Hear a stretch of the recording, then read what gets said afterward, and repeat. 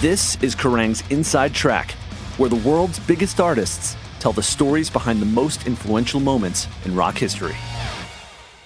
Every part of it, though, was more and more implausible, where I find myself in these situations at the time where, we're playing, sporting events, and we played for Obama, whatever. Like, these are crazy things that don't make any sense. But the improbability of it all was so overwhelming for me, because it's not a part that I had ever prepared for. I had always prepared to be a musician. I thought I was going to be a musician. And it was very stressful, is the point I was going to make, is that it was incredibly stressful to live that. In a lot of ways, it was kind of like being a child star or something, where I wasn't really emotionally ready for that.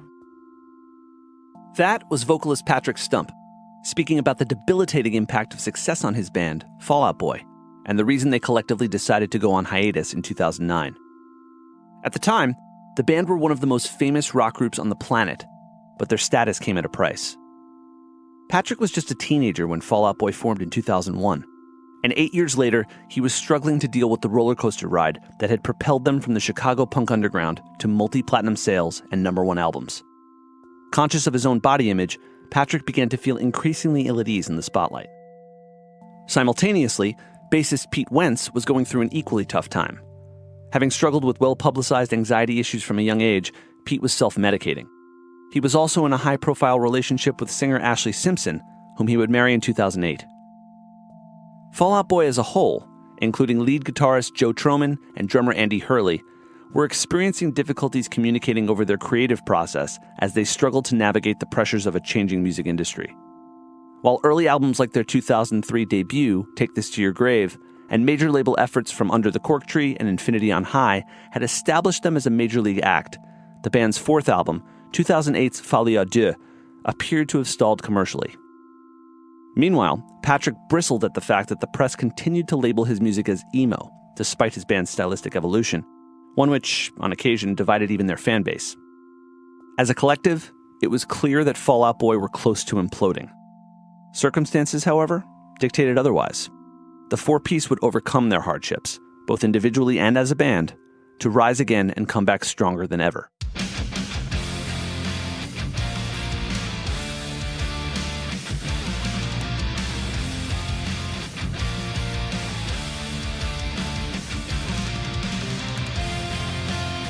While most bands are incapable of reacting to the pressures around them, Fall Out Boy were astute enough to realize that they desperately needed a break. And so, following a triumphant sold-out show at New York City's Madison Square Garden on October 4th, 2009, the band stepped off the touring treadmill and walked in different directions. Guitarist Joe Thurman recalls the disillusionment of that time. I always wanted to know how the sausage got made, but on a punk level, what it was like to play these shitty clubs and hang out in the shitty backstage rooms, and I can't even think of words. Dressing rooms is what they're called, and just see what it feels like to play these shows and these clubs. Then I saw how the sausage really got made, and on the real scale, and I was like, ooh, I don't like all the parts that go into this sausage. This also is not the sausage I eat, but I'm eating it. Oh, I feel very sick. Sausage metaphor. No, but that is how it is. It's the wizard's curtain. You see behind it, and it's nothing at what you had expected. And I think that was it'll fuck you up if you're a child, which ostensibly we were. Patrick and I were the ones that felt we were more outward about going, we need a break. Yeah, it was exhausting. And I think Pete didn't realize he needed a break, and he totally did, and it was great for him. And I think Andy's a strange cat where and I mean this in a good way, where he's kind of could give a master class on being in a band, where he's just he's always down, he's always go with the flow, and he's very much of this malleable puzzle piece that could fit into any band situation and not ruffle feathers and be happy, because he just wants to he wants to be a great drummer and be in bands, and especially being in a big band and being a great drummer. That's great. So maybe he didn't need the break. I think he just went and did more bands. but I think we all we were being pushed too hard. We were working too often, and I think we had no grounding, you know, like there was no like, oh, this is where I live, this is my family, this is my house, here's where I get mental health assistance, I take my medication this many times a day. None of that stuff was happening. It was all just go, go, go, different places, different things. You have to do this. If you want to succeed, you have to do this. And we got to a point where I can speak for myself here, where I go, I think we've succeeded. Can we stop for a minute? I need to go to my house. The most visible member of the band, bassist Pete Wentz, had described Fall Out Boy's decision to take a break as a hiatus rather than a permanent split. Today, he remains brutally honest about the emotional state in which he found himself at that time. I mean, I think I was at like a really transitional time in my life. You know what I mean? Like I just like the band was taking a break. My relationship kind of like imploded.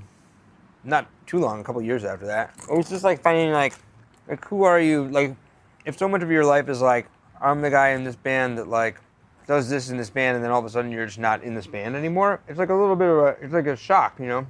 But I think that following that in like 2011, 2012, I found like real happiness that was like real pure. It like wasn't based, it didn't have like the texture of this band within it.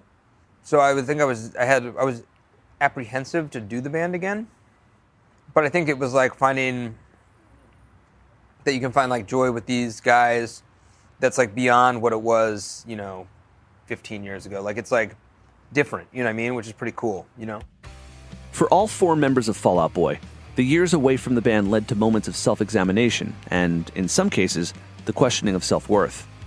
As individuals, they embarked on assorted musical projects, attempting to shake off the past without ever really losing the common experiences they'd lived through. In early 2012, Pete contacted Patrick about the possibility of making music again. And so, the delicate process of healing the wounds of the past began. Key to that was evolving once again into new territory. Thus began a string of studio albums that kicked off in 2013 with Save Rock and Roll, the title track of which featured a guest appearance by Elton John. American Beauty, American Psycho would follow in 2015, and Mania would arrive in 2018. All three albums possessed their own distinct musical character, and all three debuted at #1 in the US, with similar success around the world.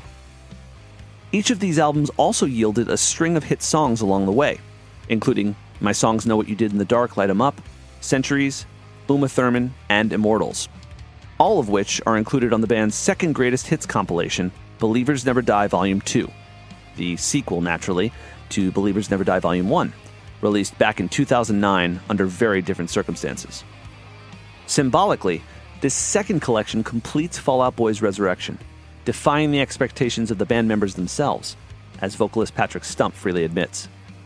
I thought it was crazy because the first one says Volume 1, yeah? It says that on it, I think. And I thought that was a joke. I thought that, I thought it was cool. I was like, yeah, you put it on there, but it's like History of the World Part 1. I didn't think it was going to be a real thing. And like, the odds of having the second act that we got are just so infinitesimally small that it's still crazy to me, where I'm like, it's beyond surreal. It's like, it's almost, sometimes I wake up and I'm like, I kind of laugh, because I'm like, it feels so improbable. Like, it feels so ridiculously unlikely to me. But then I guess it's also one of those things where I think a lot of the times the people around us have been, have really believed in it at times, I don't know. I think whatever, we've had this thing where I don't often know what I'm good at or what I'm doing or whatever, and you're like, that's the thing, do that. And I'm like, I'll trust you, whatever. But I feel like that's been a lot of the career has just been like, how did we get here? If Patrick's self-doubt is countered by Pete's more pragmatic approach to making music, Fall Out Boy's musical endeavors in the last 6 years have been characterized by a sense of restless development. Having long outgrown the emo tag, they've incorporated elements of pop, soul, and ska into their more recent records. At the heart of their sound, though, the ability to write big, anthemic choruses remains, as Patrick acknowledges. So I've always admired AC/DC, but I feel like that's one way to do things, and we're not that kind of band where it's like you can't, if we were to put out a record that sounded like our last record, something's up. Something's not right at that point. So I feel like to your point, like that's kind of become, it's always been part of who we are. I don't think we really intended it even. It's just kind of part of, like we were talking about, even Cork Tree is like really all over the place. It's so funny to me how different if you look at a Queen greatest hits, it is all over the place musically. I mean, and you don't question it at all because after the fact, you're like, well, I just love Queen and I like those songs. And so I don't really think about how weird Crazy Little Thing Called Love is next to Another One Bites the Dust, next to Bohemian Rhapsody. You know, I mean, it's all over the place. Bowie, Elvis Costello, like Prince, like so many of these artists have just this breadth of history that none of it sounds even similar, you know? And so, not to say that I go for that, but I mean, like, we grew up, you know, in the 80s and 90s, and like, that was what was happening, was a lot of, it's weird, it's kind of come back around, this idea of now they call it shuffle or whatever, but like, it's always been something with who we are. The musical diversity on Believers Never Die Volume 2 underlines Fall Out Boy's resilience, ambition, and renewed impetus. Each track, however, comes with its own story, which is why we asked the band to reveal the inspiration behind every song on the compilation. Starting with the opener, My Songs Know What You Did in the Dark, Light 'Em Up, the video for which sees the symbolic torching of the band's back catalog. Here's Patrick and then Joe on the creation of that song. Yeah, well, I think, you know, that song was really funny because we didn't really necessarily know that we were going to do a comeback. We had this one song. We didn't even really know that we were going to have a record, but the song internally, it was like, okay, let's get together and see if we do anything, see if anything works out. And we do this song together, and it just started moving. Like literally the day we posted it, you know, we played a show and we did a video. It was like all at once. And up to that point, I wasn't really sure we were going to do anything. But then it's like, well, we're already here. I guess we got to do it, you know. But yeah, that song's funny. It's it shares a title with a long forgotten like demo for one of the records. We had a song at some point called "My Songs Know What You Did in the Dark," that it has no other relation other than I just remembered the line and I was like, I like that lyric. I'll bring that back. I mean, it represents exactly what you said. It's just it was the band's return after 4 years of not being a band. It marked the return. I don't think we assumed, because, you know, you have to keep in mind, so 4 years prior to coming back, the music industry was a different beast and was still, in America, somewhat interested in bands and guitars and things of that nature. And then we stopped doing Fall Out Boy and we came back 4 years later, and that was not of interest in America, especially on pop radio. So we had no idea people would care about us. We started kind of aging out of, because you get old, things get older, people get older, creatures get older. You start aging out of youth.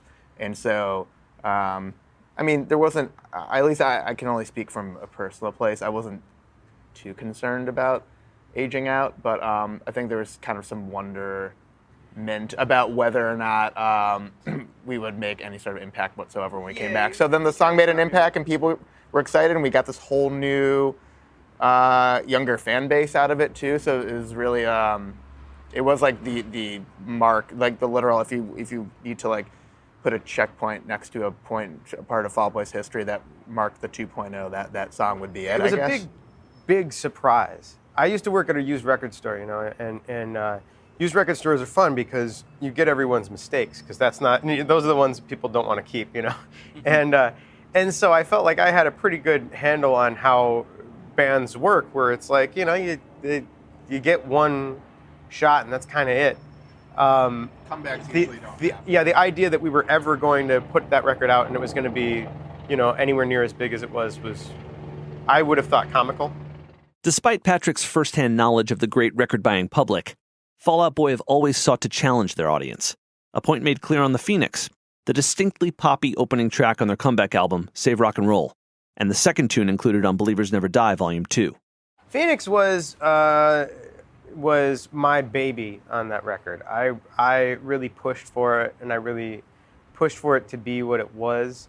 The only compromise I made was at some point, everyone said, we like the song, we don't like the chorus. And I was like, what? That's the whole song.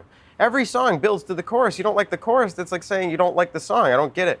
And so I tried like 40 different choruses on that song. So basically from the downbeat all the way up to the first chorus, it was identical, from my very first demo.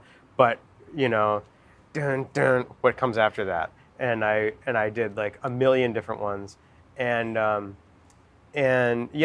Phoenix, that chorus had been another idea that I had written and couldn't find a song for, and I just kind of threw it in there, not thinking. I was pretty sure that wasn't going to be the one, and then it totally worked, and it really, I think it kind of defined the record in a lot of ways for me. I feel like if that song wasn't there, I don't think I would have really been so gung-ho to even do a record, because I feel like it needed something directionally. The album did that was like, hey, we're Fall Out Boy. We're still the same Fall Out Boy that this did is Infinity. what the record's going to kind of sound like. Yeah. Track 3 of Volume 2 is the open-hearted earworm Alone Together, the third single on 2013's Save Rock and Roll, which certified platinum 2 years later. Here's Patrick. Alone Together was a really strange one. Our manager, who has these very Yoda, like just really brilliant moments of wisdom, I had like 15 different little parts of songs, and he goes, hey, Patrick, just for me, could you try putting this part with this part? I just want to see what happens, right? I'm like, I don't know, they don't make any sense together, but fine. And I took a pre-chorus and a chorus and put them together, and all of a sudden it just totally conceptualized. It like totally coalesced. By the end of it, I think it's 5 different song ideas that I had that after he did it, I was like, well, I'll try it again. I'll try this part from this song and this part from this song. So it's another reason why going through our B-sides is more of an educational thing than a fun thing, because like usually by the time we put out a record, I've cannibalized most of the songs that didn't make it. So I don't like to waste anything. I had to learn how to sing differently after that song, because it was so high, and they had us playing on like morning shows and stuff. And it's one thing to sing in a studio, and it's another thing to sing at a show even. But singing at 5 a.m. is not really the same vibe. You have physical limitations, and I couldn't. Up to that point, I had been a totally self-taught singer, and I really hurt my voice on like the Today Show or one of those shows doing Alone Together. And after that, I went and learned proper like opera technique stuff, because I was like, I don't want to do that. I don't want to hurt my voice every day. So it's kind of neat for me, because it's like that was where I learned. I think at that point I was also kind of, you kind of get to a point in adulthood where you're like, okay, fine, I'll eat my vegetables. You're kind of like, okay, fine, I'll learn something about how to sing properly, rather than just you trusting my ears or whatever. The fourth track is the feel-good and lyrically mischievous Young Volcanoes. Another tune from the Save Rock and Roll era, it was originally intended to be an acoustic track, but the band ultimately opted for a more polished version of the song. Here's Patrick again. Joe and I had demoed a very elaborate version of that song, a much more like Lust for Life kind of up-tempo thing. Yeah, I remember that because that was what I intended for it. And we put this thing together, but in showing it to everybody else, I had done just an acoustic version, just me and an acoustic guitar. And I even, in the demo, I was like, I don't know what the first line of the verse is, so just da-da-da-da-da-da-da-da, but we'll put something there. And Butch took my demo, and he was like, no, he doubled that part where I was just like mumbling that. And he kind of built this drum groove underneath it. And I'm like, no, that's not the song that I had. I had this whole idea. And he's like, no, let's just try this. And we tried it, and it was great, and it worked, and it was really funny. And I really did laugh in the vocal take when I said the How to Make Boys Next Door out of assholes or whatever, out of assholes. And then I laugh, and that really is me laughing, because that was the first time I'm reading that, because Pete had said, I was like, I need more lyrics for the second verse, and I was trying second verses, and I'm in the booth, and I sang it, and I got to it, and I'm like, all right, So and I thought it was fun that Butch kept the laugh in there. Track 5 on Volume 2 is Centuries, a celebration of empowerment that preceded the release of American Beauty, American Psycho. Back in 2014, The song became Fall Out Boy's fourth single to hit the top 10 on the Billboard chart in 8 years, and, it should be noted, was also nominated for a Kerrang Award for Best Single. It's also a tune which sparked a rare sense of certainty in Patrick Stump. Centuries was one of the only ones I've ever been like really sure of. You know, usually I'm not too sure of any of the songs. I'm like, I don't know. And Centuries, we finished that one, and I'm like, this is just great, and I think it's going to be really fun. I just knew there's a little moment in there somewhere. We were doing like vocal overdubs, and there was some harmony, like some multi-layered harmony in there. And just as I was doing it, like I was like, this came together really nice. You know, I remember being in the studio and being like, this feels like something. It's had a weird life because I kind of, you know, that era was kind of a blur for us. Basically, when we did Save Rock and Roll, from the minute we dropped, it was February, I remember, we dropped the record, or dropped the song, and then we were just out for 3 years or something. It was a really weird kind of blurred edge to Centuries where I'm like, oh yeah, that was American Beauty, American Psycho, that wasn't Save Rock and Roll, because like it all for us kind of happened all at once, you know, like the way that it was you read about bands in the 70s doing like 2 albums a year. It wasn't that, but it felt like that. Yeah, I think sometimes I forget which record that song is on.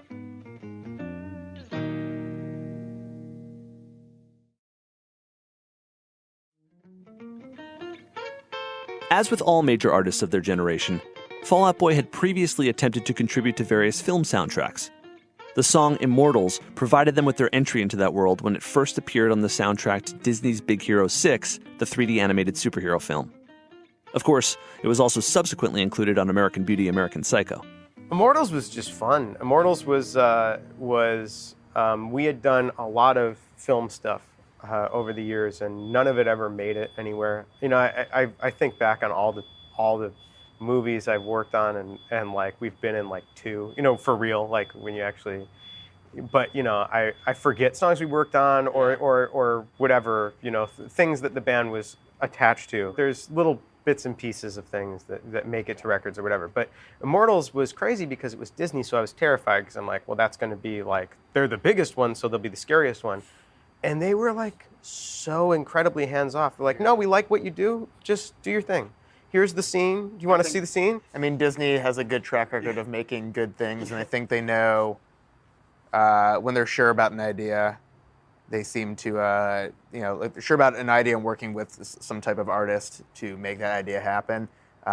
They know exactly what they want, and they know they've hired that artist to do their thing. It was amazing, and we just basically got to watch this rad movie that I would have watched anyway and write a song for it.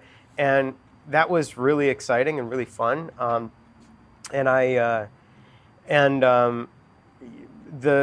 I get a lot of joy out of, because I don't really write lyrics myself. I don't write lyrics for myself. I have nothing that I think, I have no thoughts of my own that I think are so compelling that the world needs to hear them. But I really love character. I really love when I've had to write in character, and that was one of the first times that I had that experience.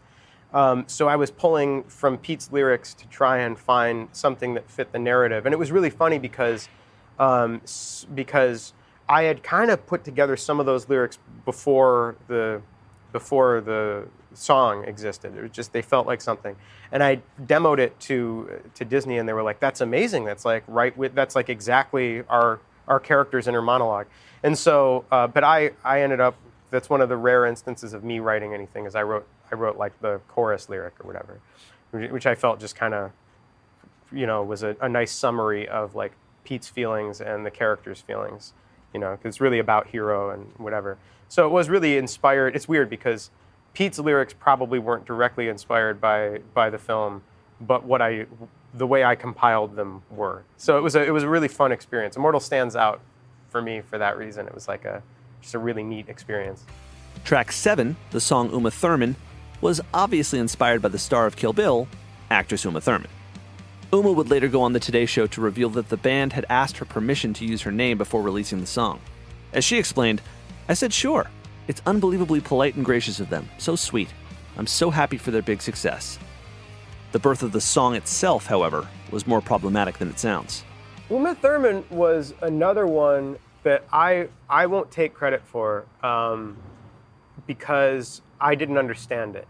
I had all the parts together, but I didn't understand the song. I didn't see the song. I would say that song was very heavily guided by Jake Sinclair, our producer on that song, because he did a lot of like, I had written, that's another one where I wrote so many pieces of that song, so many chunks of that song, and I'm like, I don't know where it goes. I don't know what goes where. And he basically took what I had written as like Legos and kind of like constructed it. And then there's a lot of connective tissue. I feel like when you got to it, Joe, a lot of what you did guitar-wise made it make sense to me. Yeah, I like it just because I like a lot of the weird, like, John Reese kind of like Rocket from the Crypt, Hot Snakes, Drive Like Jehu and stuff. And he always seemed to really like surf guitar. Then he made a surf guitar record not that long ago. And so I think I got it from just like in a backwards way through punk rock. Irresistible, the 8th track on Believers Never Die Volume 2, is a tune that, according to Pete Wentz, boasts an unlikely punk rock sensibility, reminding him of a scene from Alex Cox's 1986 biopic Sid and Nancy, the film that chronicles the ill-fated relationship between Sex Pistols bassist Sid Vicious and his girlfriend Nancy Spungen. When I think of Irresistible, Pete said, it brings this image to my head, whether it's fictional or real, of Sid and Nancy in an alley, garbage raining down on them in an eternal spiral of romance and poison. Sometimes it's hard not to love what can hurt us the most, Pete told Digital Spy. That image is perhaps at odds with the track's obvious pop groove, which was expanded further in a remix featuring a guest appearance by Demi Lovato. Here's Pete. There was a Drake song that had come out that had this kind of horn section intro. I can't remember exactly what song it was.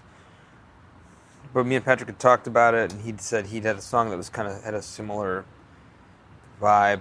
I mean, I think hearing it the first time, I was like, oh, this is interesting because it's like old Fall Out Boy with like new Fall Out Boy production, you know, which is an interesting take.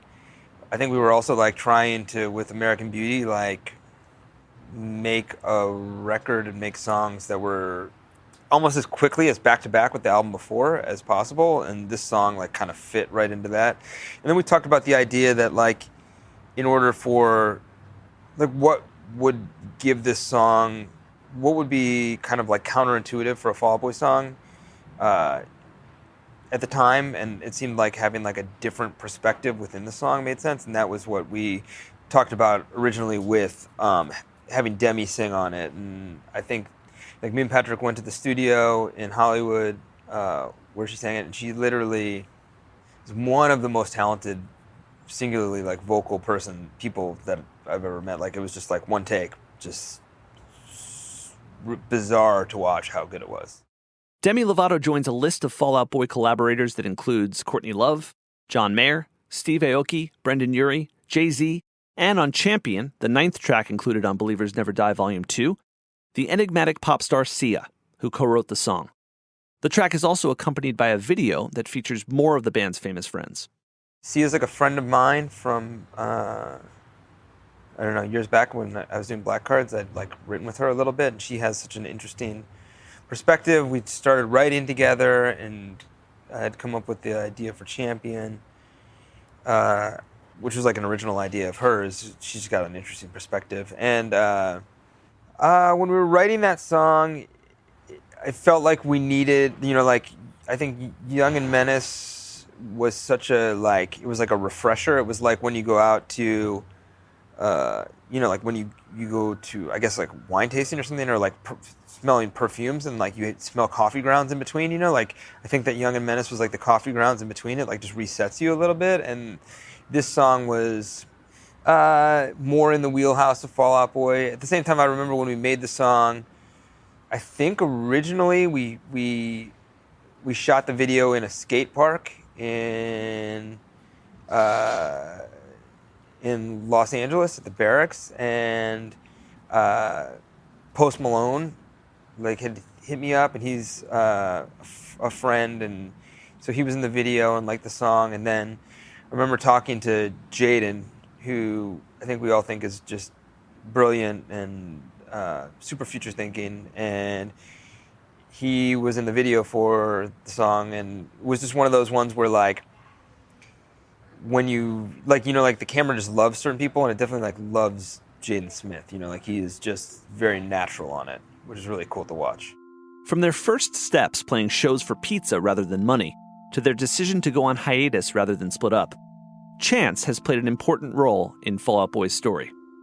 The same is true of their songwriting, a point made clear by track 10 on Volume 2, The Last of the Real Ones, which, according to Pete, is also, quote, the closest thing to a love song we've had, but still pretty fucking twisted. Patrick picks up the story. I would just say Last of the Real Ones was one of those ones that we've been working with a producer named Ilangelo, and he had been playing song ideas. And I'm pretty resistant to other people's song ideas. I want to write the songs, And he had been playing all these song ideas, and I was kind of like, that's not for me. That's not for me. That's not for me. And then he was just cycling through stuff, and he played this little piano loop, and that was all it was just this little piano loop. There was no anything. And he was like, oh, that I haven't done anything with that. And kind of going, I'm like, no, go back to that. And he's like, oh yeah, this thing. I'm like, it was almost like a trance where, because I had read some lyrics that Pete had written just before that, and we had to go. It was like, I had to beat traffic. So I was like, well, thanks for playing that, bye. And I get in the car, and I wrote the entire song in the car just off of that piano riff. By the time I got home, I had a bridge, I had everything. It was pretty funny. I'm super illegal, I shouldn't do this or even admit to doing this, but I would be at stoplights looking at lyrics. If Fall Out Boy have found themselves driven by insecurities on occasion, the mark they've left on music is underlined by I've Been Waiting, the 11th track on their second greatest hits compilation. Released posthumously by Lil Peep and featuring and produced by McConan, the track showcases the band's impact on modern music. Here's Pete again. I thought that song was really important. Before Peep had passed away, I'd reached out to him maybe a couple months before, and I just think he had a really important voice, and I also think he had a lot more to say, We got McConan reached out and was like, I got this song, and and I was like, I don't know, it doesn't, like, other people's legacies, and when an artist has passed away, it's like it can be like a little bit tricky, because you're like, did this artist want to? And he sent me this interview that people had done, and he was like, well, if I could describe my sound, I was, half Fall Out Boy, half McConan, and I was like, wow, that's like, it is like calling to you, you know what I mean? And so it felt like it would be strange to not try to do it. So we tried it, and it's one of those ones where on paper, like, I don't think that the three voices and the sounds like make any sense, but in the context of the song, I think they do. And that was one of those songs where, like, when we were doing the video, we worked with his mom, with Gus's mom, and with his creative team, and it was interesting because it was like we were approaching something completely through the lens of someone else. So there was never a point of like, let's pour gasoline on this song and like try to make it go at radio, or let's, do this performance of it or whatever. It was like, let's just let this song be this song, and whatever it is what it is. And it's cool to watch that. Fall Out Boy's sense of musical liberation is perhaps best underlined by the 12th track on Believers Never Die Volume 2. Dear Future Self, Hands Up, is a new tune written specifically for the compilation, which features Wyclef Jean. The band have always been big fans of the Fugees and Wyclef, so this song was a great excuse to try something totally different. I love Wyclef. I think he is so talented in both melody and song construction. From the Fugees, Fugees is like my jam. I missed that band so much. And then seeing what he did with Shakira, and then just the production he did and the stuff that he did on his own. We've talked about doing like a ska tempo, a ska type of song for a long time, and we flirted with it a little bit, but we talked about it's one of the places we meet up, whatever. And so we'd reached out to Wyclef. He was like, I got this idea that I think could be great could really make sense. And when we started working on it, it was like, wow, this is kind of another one of those songs that's a little bit bananas, because it's just surf guitars, which is a Uma Thurman to the most extreme, and it's got that thing you do kind of drum beat, and it's just a pretty weird song. But I think that if anything, that's always what Fall Out Boys needed to put out with as far as our first foot out has to be a weird one, and then I think now with the way people like how prevalent music is, like how much music there is out there, like you need to be authentic and do something that's like authentic to who you are if you're even gonna have a shot, because there's just so much white noise and so much, like everyone has a band, everyone is a DJ, you know, like do something that's authentic to you, I think, and that's what this song, I think, makes sense as. And so, on to the final song of the second installment of the band's greatest hits, Bob Dylan, a track that bears the name of the greatest American songwriter of all time, and which was originally recorded for American Beauty, American Psycho. The fact that it remained unreleased for 4 years seems to still be a point of contention with the band, as Joe and Patrick are more than willing to admit. I've been lightly pushing the revisiting and release of Bob Dylan for 5 years. I forgot it existed. You've been saying it forever. I was like, you guys are all fucking idiots for not putting this song. Like, this is stupid to not put this song. I'm happy to, less that I got my way, because I don't really push very hard, and more that it's just coming out because I think it was I always hated I'll just say, I always hated the culture in this band that we would have these cool B-sides, like these songs that would never make it on records, and we'd just be like, this song doesn't exist anymore. Now it just doesn't exist. And sometimes they get like, you know, again, like Patrick had said, they would get pulled apart and reassembled into a new song, but there would always be these leftover songs. I'm like, this song's really good. Why aren't we doing anything with it? So I'm glad I spoke up. I think I got a little more forceful. Why do you think that so important to you? I really like it. I just think it's a really good song. Yeah. I think I didn't understand why I didn't make it to that record. And even talk about JD, when I brought it up to him, and I think you had brought it up to him simultaneously, maybe, Patrick? I think it's then it must have been because I brought it up to him. And he was like, yeah, I listen back to that song. And I was like, why didn't we put that on the record? And I'm like, yeah, I guess maybe I should speak up more often. Internal squabbling aside, Fall Out Boy are currently enjoying the second chapter of what is already a storied career that spans nearly 2 decades. In that respect, Believers Never Die is a title that has a deeper resonance now than it did a decade ago. So, what has each band member learned about themselves and about their band after all this time? First, Joe Thurman. This is going to sound negative, but I don't mean this in a negative way, to stop caring so much. And just kind of remove myself from situations and let things breathe and stop defining. I think before the hiatus, I defined myself so much as the guy from this band, because you have to keep in mind, like, I started Fall Out Boy when I was 17, and so that's all I had known. But and I learned just to stop defining myself by it, and I was able to open myself up to so many other things, and also, just kind of like figure myself out more especially like as an adult that had spent so much of his like teen years and early adult years being the guy from this band, and I wasn't doing a lot for me. So and it allowed me to be able to like kind of slink in and out of this band in a much more relaxed and calm way without ruffling feathers or ruffling my own feathers. I'm a clinically depressed man with a fair amount of stress and anxiety, and I'd rather I'd not focus it on this band. The stress and anxiety, the depression, it's for everybody. But the stress and anxiety, I don't think it's good for other people. It's not good for myself.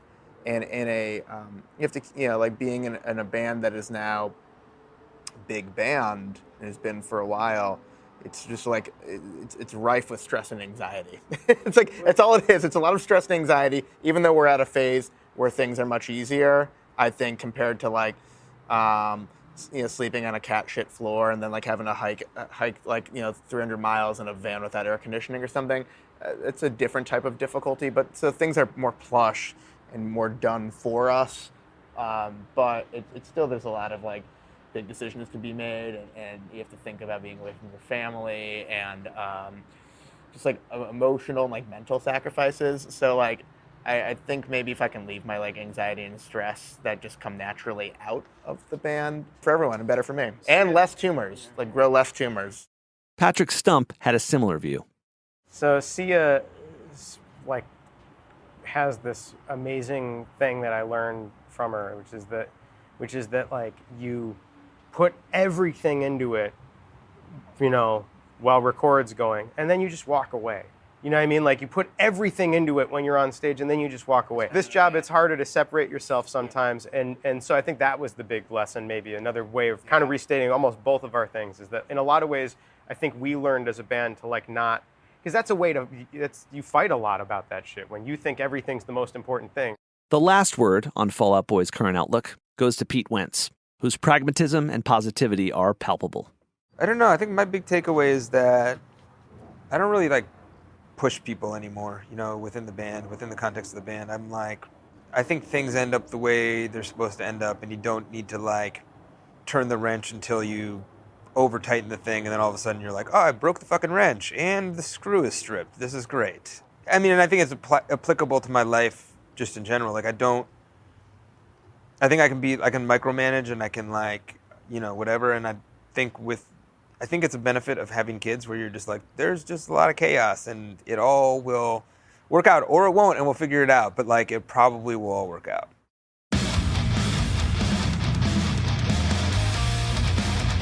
This episode of Kerrang's Inside Track was executive produced and narrated by me, Ethan Fixell. It was written and produced by Kat Jones, with interviews by Dave McLaughlin and talent coordination by Sam Core. Additional contributions to the script were made by Phil Alexander and Emily Carter. The episode was edited and mixed by Kieran Kay at Full English Post in Brooklyn, New York. All music was composed and performed by Ben Hutcherson, and our logo was designed by Matt Dykesel. Special thanks to Lauren Hales and Michelle Duffy. If you enjoyed this episode, please subscribe to Inside Track wherever you listen to podcasts, and visit Kerrang.com for more information on Fall Out Boy.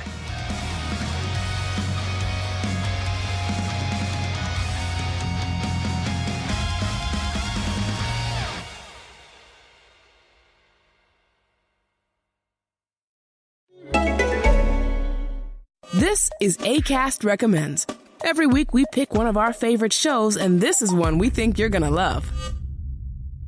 When is walking into a bank not just walking into a bank? Finally, 4:45. I gotta rob this bank. The Score, Season 1, The Bank Robber Diaries, gets you into the mind of one of California's most prolific bank robbers. I would just terrify these people. Not only would they give me the cash, they would give me their terror. It made me feel strong. Turns out robbing a bank takes a lot more than just a plan or a gun. The Score, The Bank Robber Diaries, out now. Acast is home to the biggest podcasts from the U.S. and around the world. Subscribe to this show and hundreds more now via Acast or wherever you get your podcasts.